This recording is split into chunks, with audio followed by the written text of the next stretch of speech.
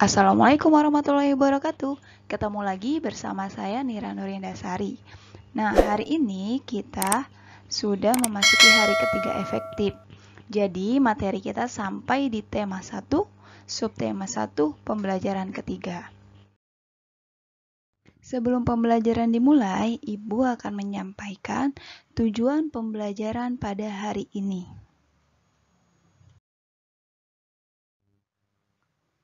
Tujuan pembelajaran pertama adalah siswa dapat menuliskan ide pokok dari informasi yang disajikan tentang ciri-ciri makhluk hidup dengan tepat.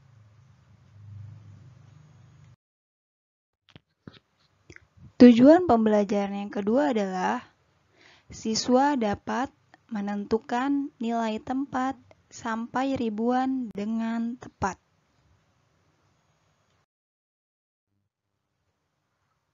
Tujuan pembelajaran yang ketiga adalah siswa dapat memeragakan bentuk pola irama sederhana pada lagu Anak Ayam dengan percaya diri.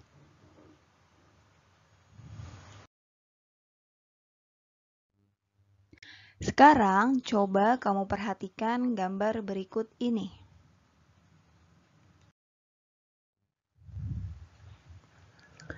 Apakah kamu masih ingat dengan ciri-ciri makhluk hidup? Ayo, kira-kira apa saja ya ciri-ciri makhluk hidup yang dapat kamu temukan dari gambar tersebut? Yuk dipikirkan, nanti kita bahas sama-sama ya.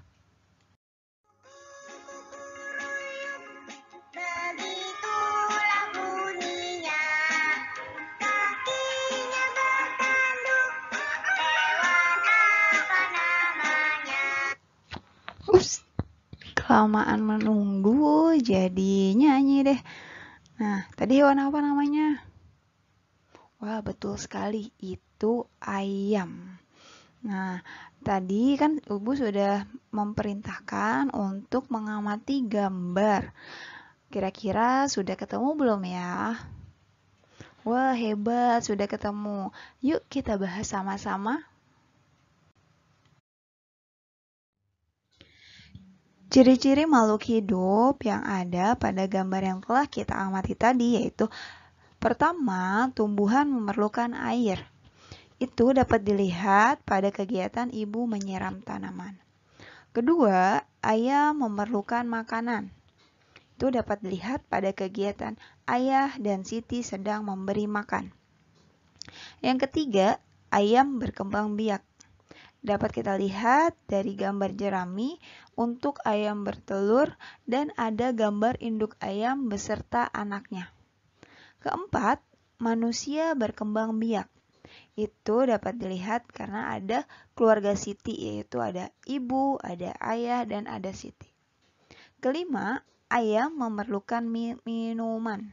Nah, di gambar tersebut kan ada tempat minum.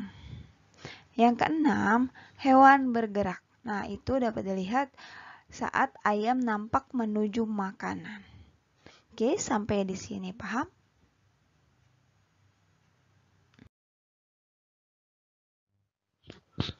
Tadi kita sudah mengamati gambar dengan menemukan beberapa ciri-ciri makhluk hidup. Nah, coba sekarang kita amati gambar selanjutnya. Ada apa di gambar tersebut? Nah, di sini ada dua gambar. Gambar pertama yaitu keluarga Siti sedang makan bersama-sama. Gambar kedua, induk ayam, telur ayam, serta anak ayam. Nah, hubungan kedua gambar tersebut adalah adanya saling ketergantungan antara manusia dan hewan.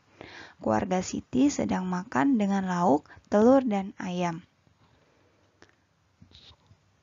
Pada gambar pertama itu menunjukkan Siti sekeluarga membutuhkan makanan.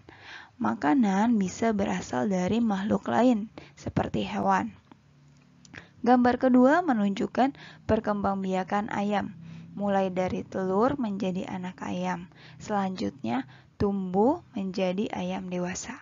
Nah, dari gambar Kedua gambar tersebut dapat kita simpulkan bahwa ciri-ciri makhluk hidup itu adalah membutuhkan makanan dan berkembang biak.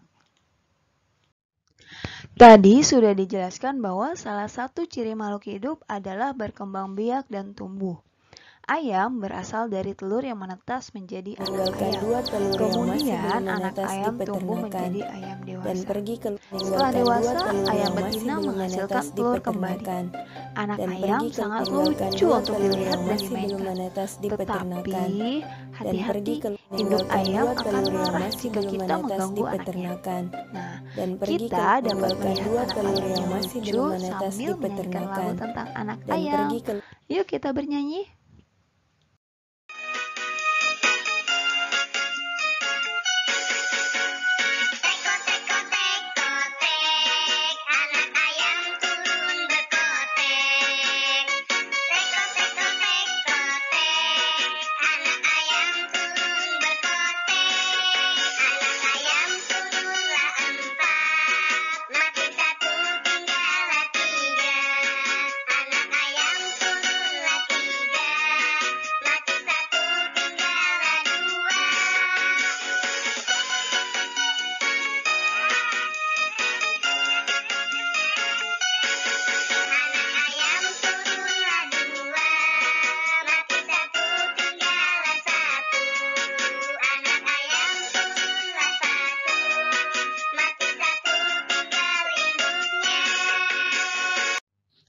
Baru saja kita selesai menyanyikan lagu Anak Ayam.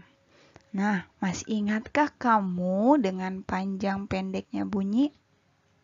Tentu masih ingat kan ya? Sekarang kita akan melihat panjang dan pendeknya bunyi pada lagu yang tadi telah kita nyanyikan. Yuk kita simak sama-sama. Di sini terlihat jelas ada yang pendek dan ada yang panjang bunyinya. Nah, semua itu ditandai dengan kotak merah ya. Jadi, kalau misalnya pendek, kotak merahnya juga pendek. Tapi kalau misalnya lagunya panjang, nadanya panjang, maka kotaknya juga panjang. Nah, jadi kamu bisa memahami dari kotak-kotak yang sudah terlihat. Jadi kalau misalnya kita menyanyikan lagu itu, kita harus tahu panjang dan pendeknya nada. Karena kalau misalnya kita tidak menyanyikan sesuai, itu tidak enak untuk didengarnya. Sampai sini bisa dimengerti ya. Tuhan menciptakan makhluk hidup untuk saling memberikan manfaat. Nah, ayam sangat bermanfaat bagi kehidupan manusia, seperti yang tadi telah dijelaskan sebelumnya, bahwa daging dan telur ayam itu dapat memenuhi kebutuhan manusia. Perkembangbiakan adalah cara untuk menghasilkan daging dan telur ayam dalam jumlah banyak. Jadi, jika ayam itu makin berkembang biak, maka makin banyak jumlah daging dan telur yang dapat dikonsumsi oleh manusia. Untuk itu dibuatlah sebuah peternakan. Jadi agar ayamnya itu mudah dikelola atau mudah dipelihara. Nah, peternakan dapat menghasilkan ternak ayam dalam jumlah yang besar dan dalam waktu singkat. Berikut ini adalah contoh daftar jumlah telur ayam yang dihasilkan beberapa peternak setiap bulannya. Kita perhatikan yuk. Di sini dapat kita lihat tabel peternakan dari A sampai E. Jadi ada 5 peternakan yang menghasilkan telur per bulannya.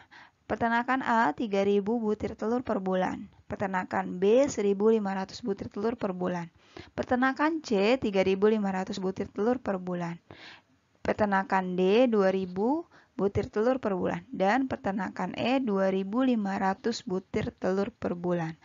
Nah, dari tabel di atas, dari tabel ini, maka peternakan siapakah yang paling banyak menghasilkan telur per bulannya? Dan peternakan siapa yang paling sedikit menghasilkan telur per bulannya? Yuk kita pikirkan. Untuk menemukan pertanyaan dari jawaban di atas, maka yang harus kita lakukan adalah, yep, betul sekali, kita harus mengurutkan terlebih dahulu peternakannya dari yang jumlah butir telurnya paling sedikit. Kira-kira urutan yang tepat apa ya? Yeay, betul sekali. Peternakan yang paling sedikit itu dimulai dari peternakan B, lanjut ke peternakan D, peternakan E, peternakan A, dan peternakan C. Wah, selamat ya, sudah bisa menjawabnya dengan benar. Tadi kita sudah mengurutkan bilangan dari yang terkecil ke yang terbesar. Nah, kira-kira masih ingat kakak kalian dengan cara membaca nama dan lambang bilangan? Nah, kalau masih ingat, yuk kita pasangkan nama dan lambang bilangan dengan cara menghubungkan titik dengan garis. Wah, kamu hebat-hebat ya. Nah, agar lebih mudah membaca bilangan, kamu juga dapat menggunakan aturan nilai tempat. Contohnya, tabel nilai tempat 1250 yang ditunjukkan pada tabel berikut ini. Di sini ada tabel nilai tempat 1250. Nah, ada ribuan, ratusan, puluhan, dan satuan. Angka 1 berada pada tempat ribuan, sehingga bernilai 1000. Angka 2 berada pada tempat ratusan, sehingga bernilai 200. Angka 5 berada pada tempat puluhan, sehingga bernilai 50. Dan angka 0 berada pada tempat satuan, sehingga bernilai 0.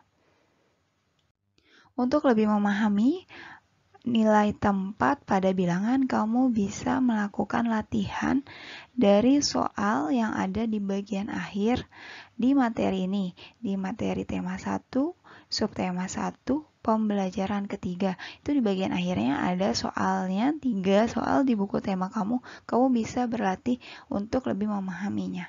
Selamat mencoba! Wah, tidak terasa ternyata materinya sudah selesai. Jadi, tema 1, subtema 1, dan pembelajaran 3 kita akhiri sampai di sini ya. Sampai ketemu lagi di materi selanjutnya bersama saya, Nira Nurindasari. Tetap semangat, tetap berjuang, dan pantang menyerah. Wassalamualaikum warahmatullahi wabarakatuh.